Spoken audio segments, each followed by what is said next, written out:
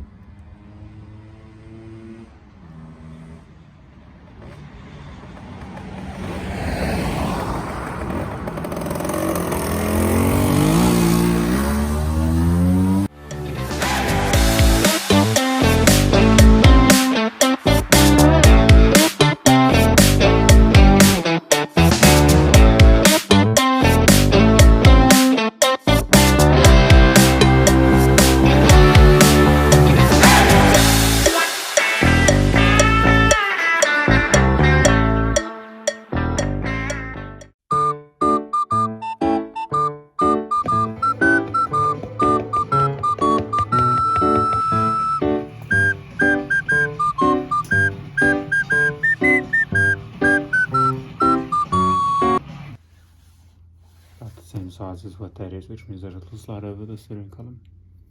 So this is the bearing, the standard bearing that you get for a Vespa on a fork that goes into the frame at the bottom. Now normally it gets located by this outside dimension, so this is our critical dimension on a standard Vespa. But on these early VNBs, they weren't located on this outside piece. They were located by a collet which stuck through on the front here, and it clamped into the steering column there as opposed to here. Now the reason why they changed that design is that this bottom piece, this bearing, is the one that receives the most load, and that collar would loosen up and then the bearing would turn. It would spin inside the collar instead of lubricating and bearing and turning like it's supposed to. So that was the reason why they changed the design. But now we're faced with a dilemma because we have this bike that requires this type of bottom bearing race, and we don't have one. And we've already placed our order. They didn't have in stock, so I'm forced to sort of make a bit of a plan over here. So what I'm thinking, I've turned up this little piece this morning quickly. Now this inside diameter is the same as this inside diameter, which means that it will clear the steering column. It will be larger than the steering column. And what I've done is I've left a little lip over here. I've put a chamfer on the front side, and this diameter is the diameter we require to go into the steering column, into the frame and locate. So what my thinking is if I can turn this down on the inside and get this to go through the middle and sandwich this piece, this way around, and sandwich this piece inside there, that then we're holding this in place. Now that would hold it in place, locating it this way, but it would still spin because it's just held in place by this one. It's not attached to this one. So then if I've got this in place and I put a tack and a tack and a tack and a tack with the welder, because the problem we're facing is that this is heat treated. This is heat treated to create a specific hardness so that the bearings that are rolling on here, the balls, won't indent into the metal. So the metal is got a different set of properties through heat treating. Now by welding on it, you remove that heat treating. But if I can do it in such a small amount with just a small tack with the TIG welder where I can control its heat and immediately soak it after I've welded, I shouldn't remove all of the heat treating. It's the thought anyways. So we're going to try and give this a go, make a bearing.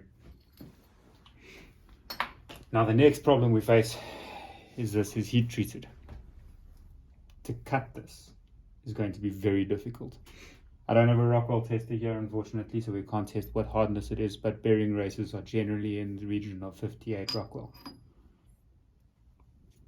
we're going to see if we can cut it maybe with a carbide tip, hopefully. But first, we need to change out these drawers so we can hold it from the outside. These drawers are not going to be big enough.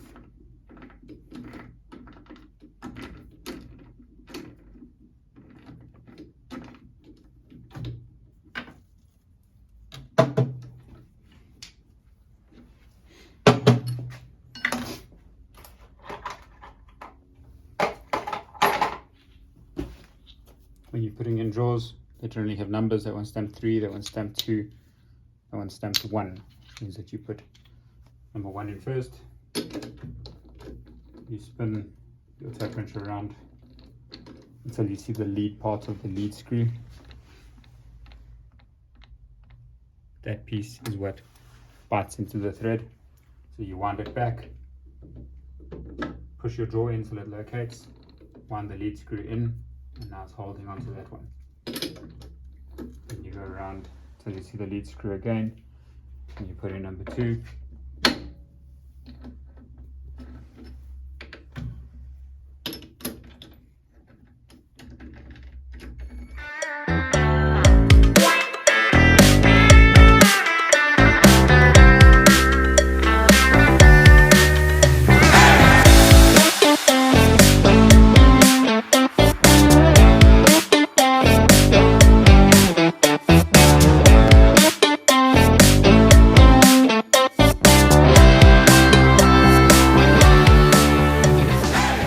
Now we don't want to be welding on the inside here, because that's where our balls are running, and you won't really be able to get it flush enough, because we don't want to be grinding, we don't want to be adding any excess heat into here that we don't have to.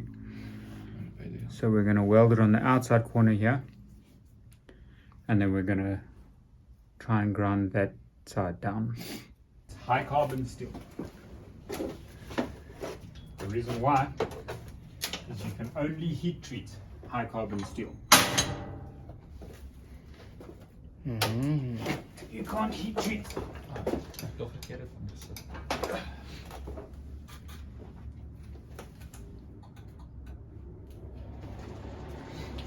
You can't heat treat a low carbon steel.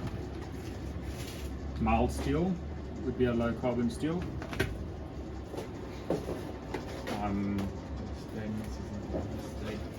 Stainless has carbon in it, but it's not a high carbon.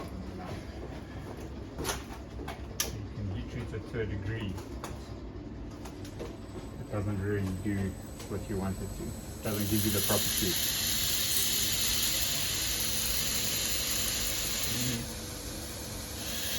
Now stainless is a pretty hard steel to start with off the bat. So that's the reason why some people will make a knife out of stainless steel. But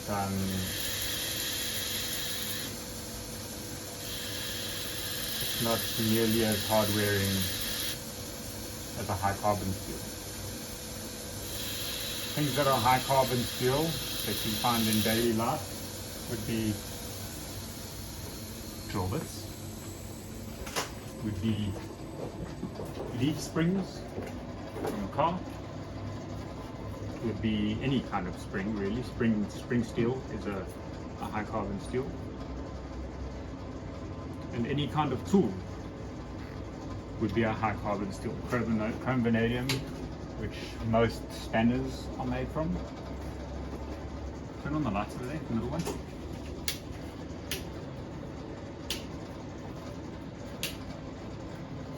So when we use our filler material here while we're welding, we're not going to grab the stainless steel filler material, we're going to grab a mild steel filler material.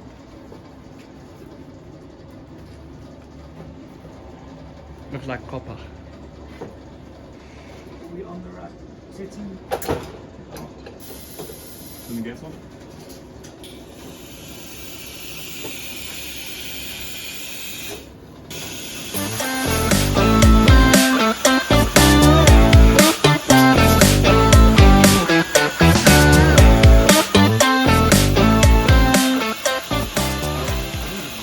In the right places. Again, everything has different properties and different strengths. High carbon steel is not always the right answer, because because it can shatter, doesn't have the right heat transfer properties. There's lots of reasons why you wouldn't want to use high carbon steel. It's not always the right answer. Isn't that water you're going to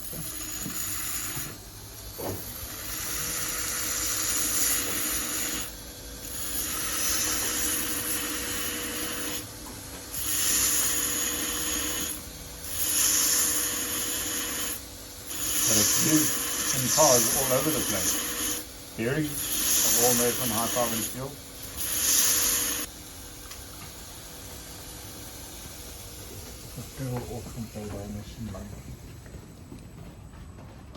Okay, so now that we're here in the sun, spin this bearing around.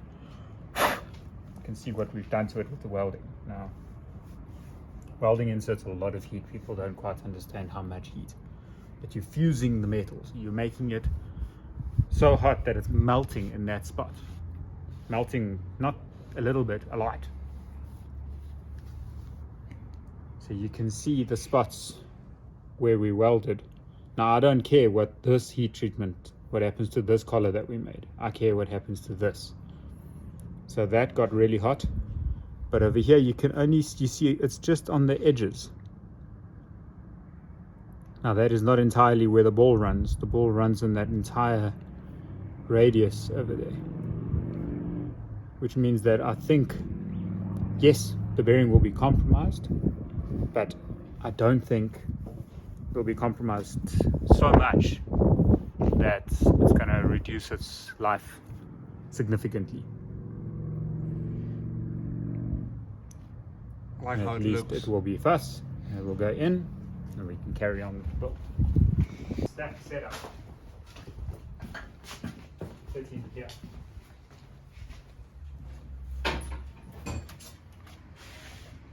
Yes, please. It is tight.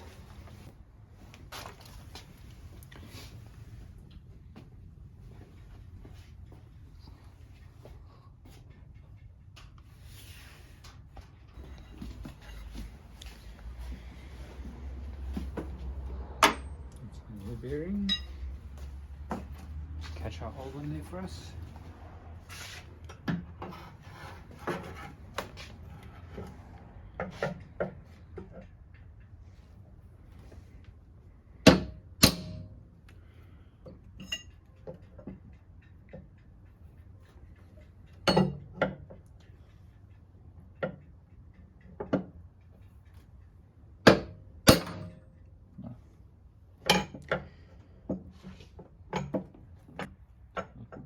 It's cracking. That was still from the first bit. Okay.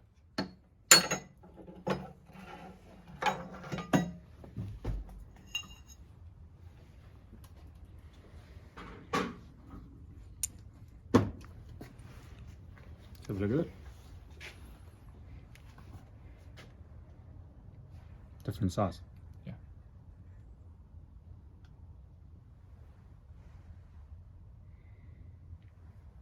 Okay. Just gonna mark us. We can put it in the lathe.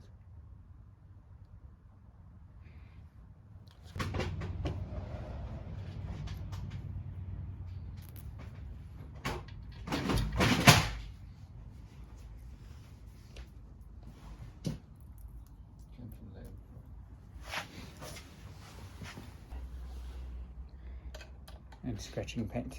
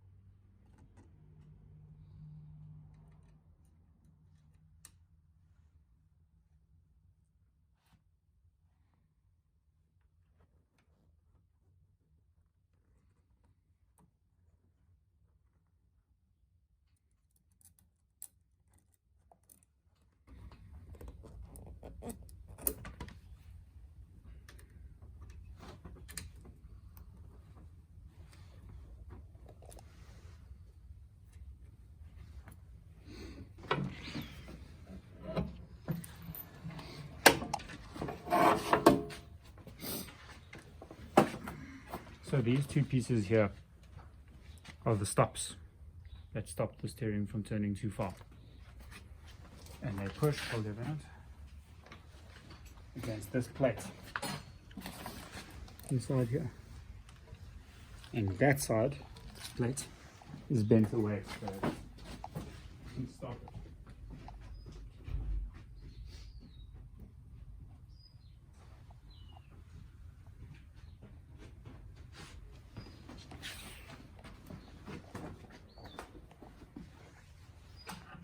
There's very little chance that we can rectify it now, but there's even less chance when the fork is in. Good luck, we've done it.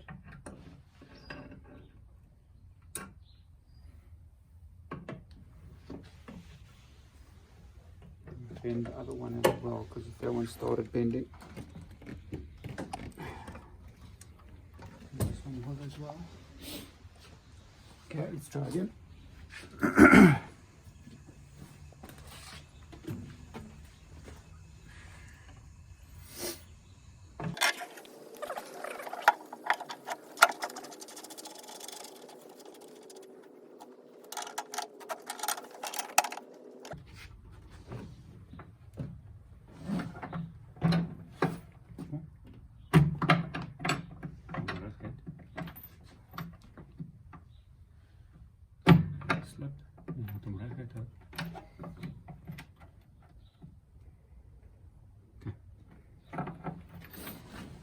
Come look over here at the camera through the horn hole over here. You can see how, as I'm turning the steering, that piece there is going to push against this piece. That's your stop. I want you to do what, just bend it more in, so that So that one on that side, if you come this way, you can just see through the bottom over here. Oh yeah, I do.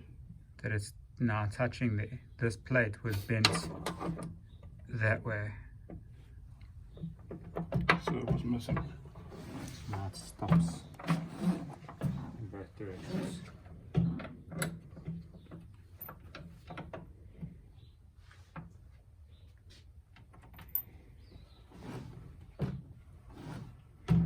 Okay. That's good.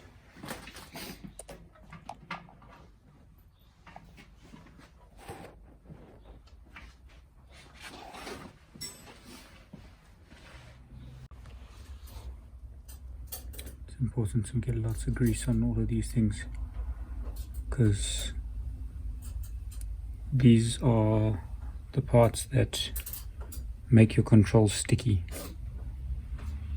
and because everything is cable operated on a Vespa, sticky controls is horrible to live with. So you put a liberal amount of grease on all of these shims and everything, so that we're not dealing with additional drag.